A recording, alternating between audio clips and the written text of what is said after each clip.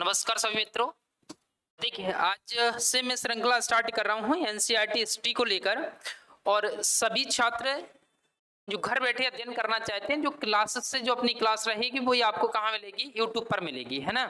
तो देखिएगा जरा ध्यान से। तो आज का जो अपना जो क्लास रहेगा वो बेसिक से है, बिल्कुल जीरो से है। और एनसीईआरटी को किस तरीके से अपन को पढ़ना है, देखिए जरा ध्यान से। तो अपना क्या रहेगा कि एनसीईआरटी रहेगा टोटल। और एनसीईआरटी कौन से वाला स्टार्ट कर रहा हूं मैं, बुक 12th की फर्स्ट बुक स्टार्ट कर रहा हूं, है ना। तो यहाँ अपन को क्या देखना है कि इतिहास में जो प्रॉब्लम बच्चों को आती है तो बेसिक से स्टार्ट रहेगा, एक तरीका से जीरो से लेकर हीरो तक बनाने की जो क्लास है पूरी एकदम शिद्दत के साथ रहेगी। और इतिहास में मुझे नहीं लगता एक बार पढ़ लोगे आप तो कहीं से कहीं तक दिक्कत होगी। इस क्लास में अगर देखोगे आप तो CUET 12th प्लस CUT को लेकर रेडी की जाएगी। और इसका जो मकसद है वो एक तरीका से कि जो एनसीईआरटी है उसका एकदम निचोड़ आप तक पहुंचे, तो वही मेरा मकसद है। देखिए जरा ध्यान से। तो आज मैं बेसिक से स्टार्ट कर रहा हूं, तो एनसीईआरटी को लेकर कर रहा हूं। तो देखते हैं कि पहले हिस्ट्री होती क्या है, हिस्ट्री के बारे में जानते हैं कि इतिहास क्या होता है और इतिहास के अध्ययन करने की कौन कौन सी पद्धतियां हैं, किस तरीके से अध्ययन करें कि हम इसको ना भूलें।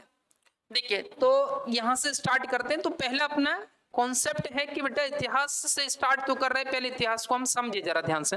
देखिए, तो इंडियन हिस्ट्री की अगर बात की जाए तो इंडियन हिस्ट्री तो भारतीय इतिहास, तो इसको अध्ययन बड़ा आसान बनाने के लिए विभिन्न सामाजिक, आर्थिक, राजनीतिक परिस्थितियों को ध्यान में रखते हुए भारतीय इतिहास को 3 भागों में बांटा गया है। एक तो आपका कौन सा है, एंशिएंट हिस्ट्री है, और दूसरा आपका कौन सा है, मिडिवल हिस्ट्री है, और तीसरा आपका कौन सा है, मॉडर्न हिस्ट्री। इस तरीके से देखा जाए तो इतिहास को कितने पार्ट्स में डिवाइड किया गया, मुख्यतः 3 पार्ट्स में डिवाइड किया गया, प्राचीन इतिहास, मध्यकालीन इतिहास और आधुनिक इतिहास। तो बात यह है कि देखो यहाँ जो एनसीईआरटी आपके पास है उसमें सभी टॉपिक इंक्लूड हैं, एंशिएंट के भी टॉपिक इंक्लूड हैं, मिडिवल के भी हैं, और कहाँ के हैं आपके, मॉडर्न के भी हैं। इनको विभाजित करने का, डिवाइड करने का कुछ बेसिक आधार रहा है। जैसे अपन देखेंगे सामाजिक परिस्थितियां, तो सामाजिक जीवन के आधार पर इसका विभाजन रहा है। राजनीतिक परिस्थितियां, पॉलिटिकल कंडीशन के राजनीतिक परिस्थितियों के आधार पर क्या रहा, विभाजन रहा है। कुछ धार्मिक, रिलीजियस कंडीशन के धार्मिक परिस्थितियां रही हैं, तो धार्मिक जीवन के आधार पर उसका विभाजन रहा है। कुछ सांस्कृतिक कहा जा सकता है कि कल्चरल, तो सांस्कृतिक परिस्थितियां उनके बेस पर देखा जाए तो इसका क्या किया गया, विभाजन किया गया। तो यहाँ विभाजन करने का मुख्य उद्देश्य है कि इतिहास को बड़ा आसान बनाना और विभिन्न जो इनका डिवीजन किया गया है तो अलग पार्टों में डिवीजन करने का कि आसानी से उसको समझ सकें। और उस टाइम जब परिस्थितियां क्रिएट हो रही थी तो उस बेस पर देखिए जरा ध्यान से। तो इसको 3 पार्ट्स में डिवाइड किया, प्राचीन हो गया, मिडिवल हो गया, और आपका कौन सा हो गया, आधुनिक हो गया। बात आती है कि क्या कर रहा है, इतिहास स्टार्ट कर रहा है। तो इतिहास होता है क्या है, तो देखिए इतिहास को पढ़ने के लिए आप देखोगे तो इतिहास बना है हिस्ट्री। अगर हिस्ट्री को आप तोड़ोगे तो क्या हो जाएगा, ही प्लस स्टोरी। तो ही प्लस स्टोरी मतलब क्या है कि इतिहास को एक तरीका से देखना अपन को कहानी की तरह है। एक कहानी बस इसका अध्ययन करना है कि क्या क्या हमने जो देखा है पास्ट में वो सब घटित हुआ, तो उसके रूप में देखना है।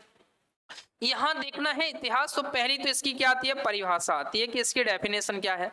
तो परिभाषा पे अगर बात की जाए तो परिभाषा को अगर देखा जाए तो एक महोदय है, इतिहासकार है, EH कार।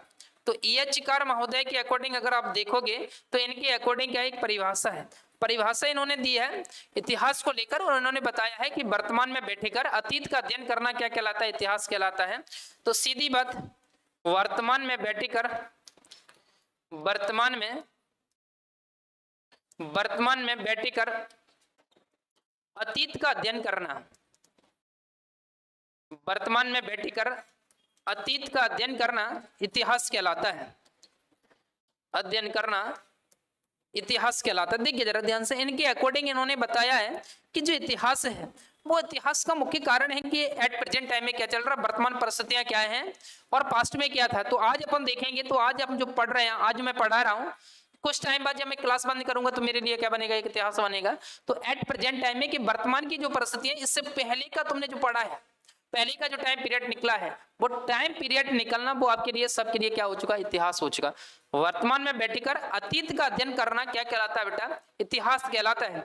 तो पहली बात आगे कि इंडियन हिस्ट्री, तो इतिहास क्या होता है, तो वर्तमान में बैठकर अतीत का अध्ययन करना क्या कहलाता है, इतिहास कहलाता है। तो यहाँ तक क्लियर हुआ होगा। आगे देखिएगा जरा ध्यान से, इसको बेस बनाते हुए तो हमने पहले देखा बेटा कि इतिहास का डिवीजन, तो इतिहास को मुख्यतः हमने कितने पार्ट्स में लिया है, प्राचीन हो गया, मध्यकालीन हो गया और आधुनिक इतिहास हो गया।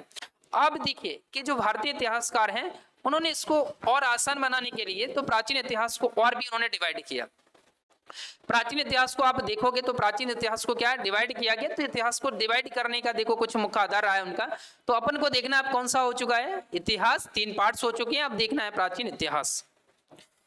प्राचीन इतिहास देखोगे आप तो देखिए जरा ध्यान से, तो प्राचीन इतिहास एंशिएंट हिस्ट्री को इन्होंने फिर से क्या किया, इसका डिवीजन किया है। तो आप डिवीजन देख सकते होगे कि यहाँ किस बेस पर इन्होंने डिवीजन किया है। देखिए तो यहाँ देखेंगे आप तो इसको 3 पार्ट्स में डिवाइड किया। एक तो प्रागैतिहासिक काल, प्रोटोस्टोरिक एज, आद्यैतिहासिक काल, प्रीहिस्टोरिक एज हो जाएगा, और हिस्टोरिक एज, ऐतिहासिक काल। तो इन्होंने बेसिक कुछ कॉन्सेप्ट लिए इन्होंने, देखिए जरा ध्यान से, तो कुछ कॉन्सेप्ट के आधार पर इन्होंने इसका डिवीजन किया। कॉन्सेप्ट में इन्होंने बताया कि देखो इसका डिवीजन करने का मतलब क्या है। तो इन्होंने कहा कि देखो एक तो जब हम इतिहास को पढ़ते हैं और इतिहास को समझते हैं तो समझ के लिए बेसिक क्या होता है कि इतिहास को जानना वहां मुख्यतः डिपेंड करता है कि साक्ष्य क्या है, एविडेंस क्या है। तो एविडेंस के लाने पहले हमें जरूरत किसकी पड़ती है, तो साक्ष्य की जरूरत पड़ती है। तो साक्ष्य आप देख सकते होगे कि कौन कौन से हो सकते हैं। एक तो आप देख सकते हैं साक्ष्य के रूप में कुछ देख सकते हैं अपन के पुरातात्विक साक्ष्य, जैसे अभिलेख हो गए, ठीक है, अभिलेख के साथ साथ अपन देख पाएंगे भवन हो गए, ठीक है, कुछ शिलालेख वगैरह हो गए।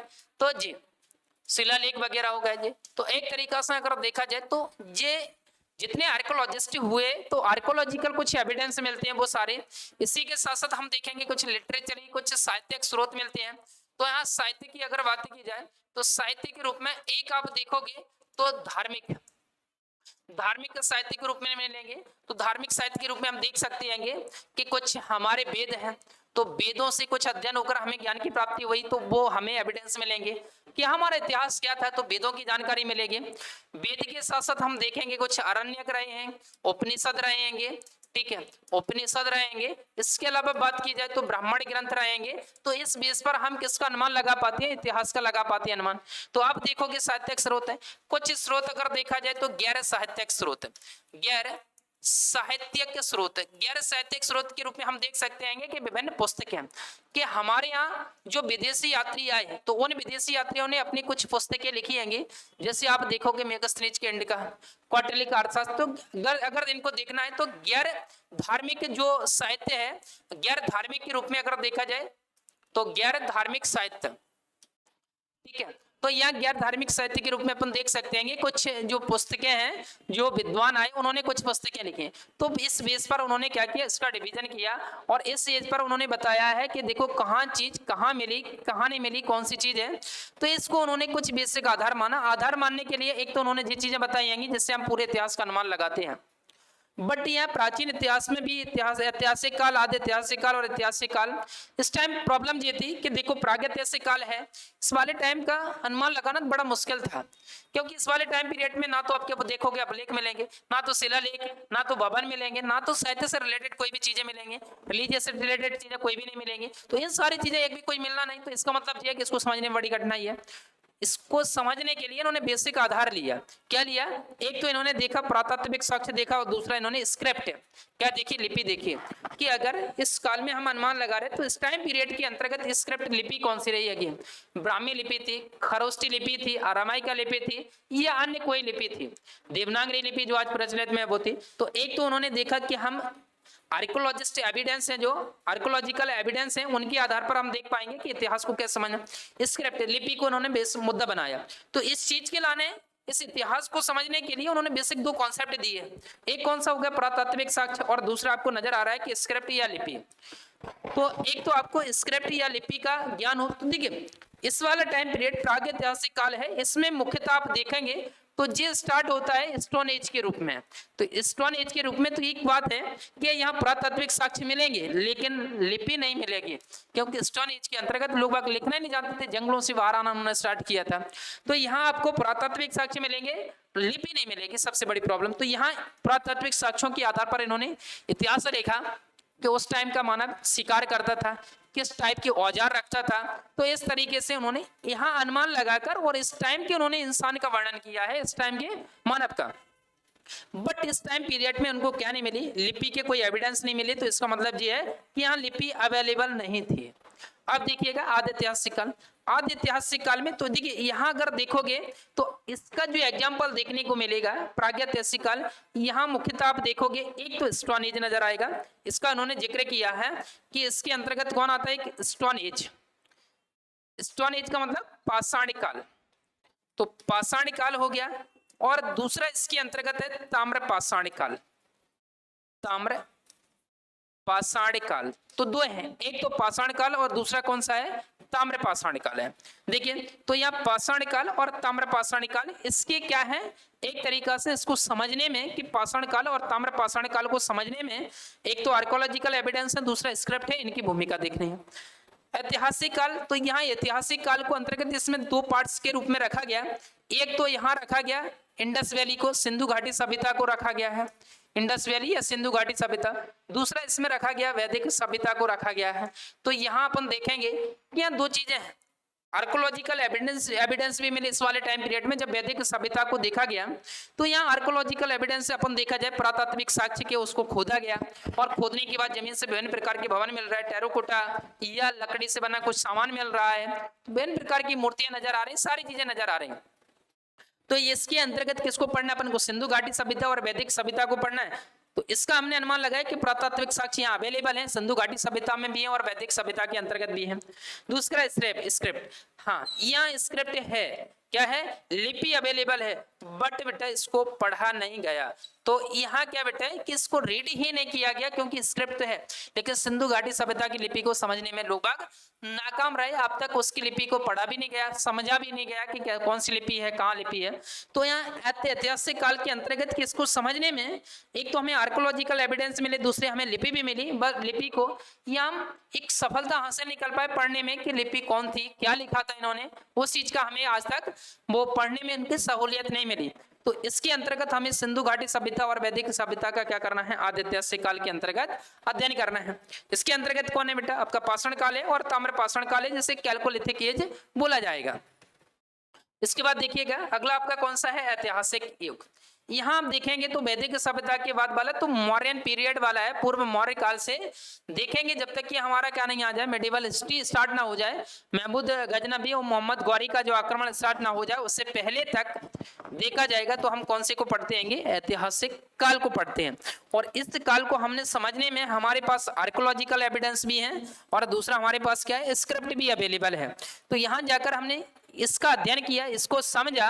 एक तो हमने किस बेस पर समझा, पुरातात्विक साक्ष्य के बेस पर समझा, और दूसरा हमने किसके बेस पर समझा, लिपि के बेस पर समझा, है ना। देखना जी, कॉल रिसीव करना जरा, किसका है बोल देना सर क्लास में। तो यहाँ आपने क्या देखा कि एक तो देखा जाए तो हमने तात्विक साक्ष्य भी अवेलेबल है ऐतिहासिक काल के अंतर्गत, दूसरा हमारे पास क्या है, स्क्रिप्ट भी है, लिपि भी है। तो इसको हमने समझने में बड़ी आसानी हुई और इस बेस पर हमने मौर्य काल के बाद वाली कहानी यहाँ क्या देखनी है, यहाँ से देखने को मिलेगी आपको। तो यहाँ तक बेसिक आपको देखना है कि कौन कौन सी चीजें कहाँ तक कैसे पढ़नी है, यहाँ तक क्लियर हुआ, ठीक है। तो देखिएगा जरा ध्यान से आगे। अब देखिएगा, अब हमने अभी क्या देखा, प्रागैतिहासिक काल देखा। मैं प्रागैतिहासिक काल को भी मैंने बताया था कि आपको एक तो आपको देखना है कि पाषाण काल और दूसरा ताम्र पाषाण काल।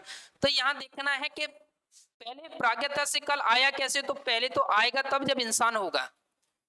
इंसान होगा कैसे, तो इसकी कहानी भी अपनी एक अनोखी कहानी है कि इंसान किस तरीके से मानव है, वह जो बानर है एक इंसान में तब्दील हो रहा है, एक इंसान बन रहा है। तो इसके लाने पहले तो अपन को देखना है कि ह्यूमन राइजिंग की मानव का उद्भव हो कैसे रहा, कौन सी कंडीशन में हो रहा है। इसके बाद देखना है पाषाण काल, स्टोन एज। तो ताम्र जो पाषाण काल है उसको देखना है, तो स्टोन एज के बारे में देखना है। अब इसके बाद स्टोन एज का भी इन्होंने जिक्र किया। स्टोन एज में इन्होंने पूरा पाषाण काल, तो इसको बोला जाता है पैलियोलिथिक एज, पैलियोलिथिक एज। उसके बाद मेजोलिथिक एज, मेजोलिथिक, इसके बाद आपका आता है नियोलिथिक एज। ठीक है, इसके बाद आपका आता है कैल्कोलिथिक एज, है ना। तो इसी क्रम में देखेंगे मानव का उद्भव विकास पढ़ना है, पेलियोलिथिक एज पढ़ना है, फिर मेजोलिथिक एज पढ़ना है, इसके बाद कौन सा पढ़ना है आपको, नियोलिथिक एज पढ़ना है। तो यहाँ अगर देखा जाए तो प्रोस्टोरिक एज है, तो इस हिस्टोरिक काल के अंतर्गत देखा जाए, प्रोटोस्टोरिक काल के अंतर्गत देखा जाए, तो इसमें अपन को क्या पढ़ना है, प्रागैतिहासिक काल में पहले मानव का जीवन आया कैसे, और जी आपके मानव जीवन की कहानी है, जी आपको 11th की हिस्ट्री में मिलेगा, 11th की एनसीईआरटी में मिलेगा। पाषाण काल स्टोन एज भी आपको कहाँ मिलेगा, 11th की हिस्ट्री में मिलेगा जी वाला भी। और देखा जाए तो इसके भी वहां आपको प्रमाण मिलते हैं। तो वह जी कहाँ का सब्जेक्ट है आपका, 11th हिस्ट्री का, लेकिन मैं बेसिक इससे आपको टच करके लेके चलूंगा जिससे आपकी कनेक्टिविटी ना टूटे, क्योंकि जो छात्र हैं वो 11th में एनसीईआरटी का अध्ययन नहीं कर पाते हैं या किसी कारण बस पढ़ते नहीं है या पढ़ाने वाला नहीं मिलता, वो उनकी अपनी एक पर्टिकुलर प्रॉब्लम है। तो इसको मैं एक कनेक्टिविटी के रूप में आपके साथ लेकर चलूंगा। तो सर्वप्रथम आपको देखना क्या है, पढ़ना क्या है, पढ़ने का तरीका क्या है, वो मैं आप तक पहुंचाऊंगा। देखिए जरा ध्यान से। तो पहले अपन को मुख्यतः टॉपिक पढ़ना कहाँ, कनेक्टिविटी बनानी है। तो यहाँ देखो इतिहास के पढ़ने की मुख्यतः 2 पद्धतियों का प्रचलन है। इतिहास, अगर आप इतिहास को अच्छी तरीके से अध्ययन करना चाहते हैं तो थोड़ा सा इस पर ध्यान देने की जरूरत है कि हम पढ़े किस तरीके से, अन्यथा आप इतिहास को भूल जाओगे।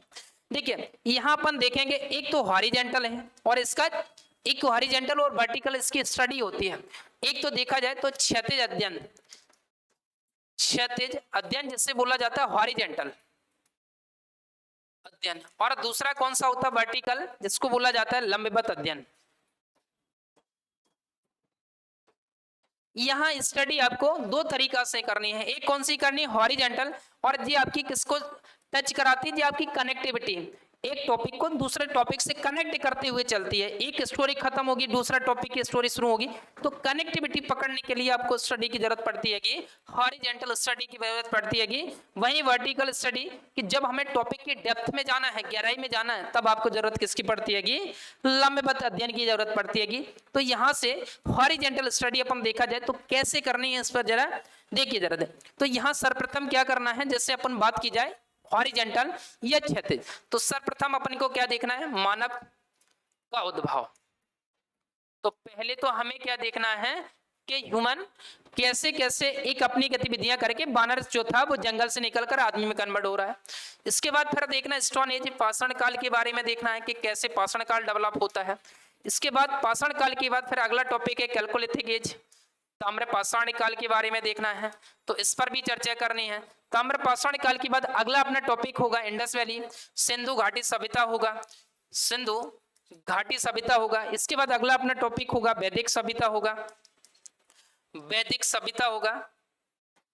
ठीक है, तो इसी क्रम में एक कनेक्टिविटी के रूप में आगे बढ़ेंगे, एक टॉपिक के दूसरे से लिंक करते हुए क्या किया जाएगा, आगे बढ़ा जाएगा। तो इस प्रकार की स्टडी को क्या बोला जाता है आपका, हॉरिजेंटल या कहा जाए क्षैतिज। दूसरा होता है लंबवत। लंबवत में अपन देखेंगे जैसे अपन को क्या पढ़ना है, फॉर एग्जाम्पल जैसे आपके पास ऑप्शन है कि हमको क्या पढ़ना है, पाषाण काल पढ़ना है। पाषाण काल पढ़ना है तो इसके डेप्थ में जाना है। तो इसको हम सबसे पहले देखेंगे कि इंसान जो आया और इंसान ने पाषाण का उपयोग कैसे दिया, कैसे किया। तो पहला हो जाएगा पुरा पाषाण काल, तो पहले इसके अंतर्गत जाएंगे, पुरा पाषाण काल को देखेंगे। दूसरा मध्य पाषाण काल को देखेंगे, पाषाण काल को देखेंगे, और तीसरा नव पाषाण काल को देखेंगे। मतलब देखा जाए तो पैलियोलिथिक एज, मेसोलिथिक एज और नियोलिथिक एज, है ना। तो यहाँ डेप्थ में जाएंगे तो पुरा पाषाण काल क्या था तो इसके बारे में जानेंगे, मध्य पाषाण काल था इसके बारे में जानेंगे, और नव पाषाण काल था इसके बारे में जानेंगे। तीनों का क्या करेंगे, अध्ययन करेंगे।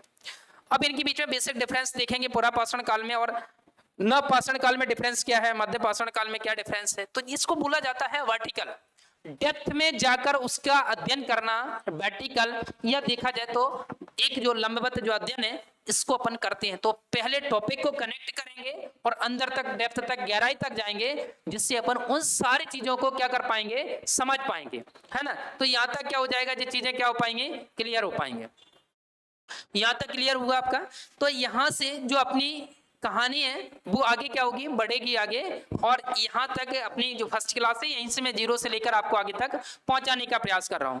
ठीक है, यहाँ तक देखने के लिए आप सभी को धन्यवाद। अगर जुड़े रहिएगा तो बेहतर आपका इतिहास हो जाएगा और मैं कोशिश करूंगा कि आपको बेहतर तरीका से समझने में आए। ठीक है, यहाँ तक के लिए आप सभी को बहुत बहुत धन्यवाद।